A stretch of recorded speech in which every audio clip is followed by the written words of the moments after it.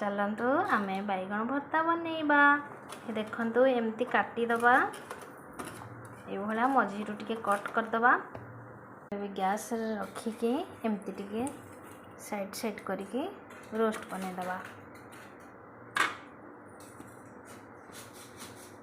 बैगण भर्ता बनाया धनिया पत्र, पियाज कटा, कंचा लंका आउ पोड़ा जाइथिबा बैगण। एबे बैगणर चोपा मु छड़े देली, जो पोड़ा जाइथिबा ऊपर चोपा सबू आमे छड़े दबा।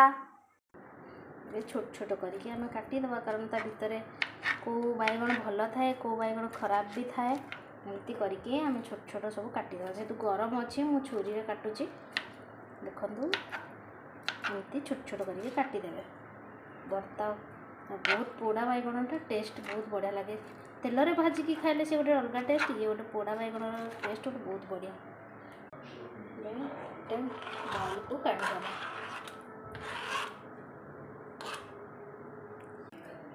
कंचा लंका अच्छी, पियाज आउ धनिया पत्र पकेबा।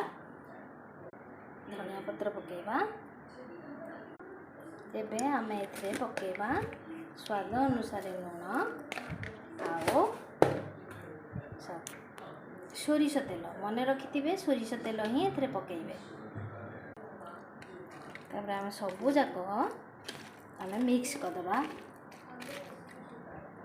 एबे देखंतु आमर बैगण भर्ता रेडी। आपण आको पखाल संगे खाई पारिबे, रोटी संगे भी खाइबे, परोटा संगे भी खाई पारिबे। बहुत बढ़िया लगे।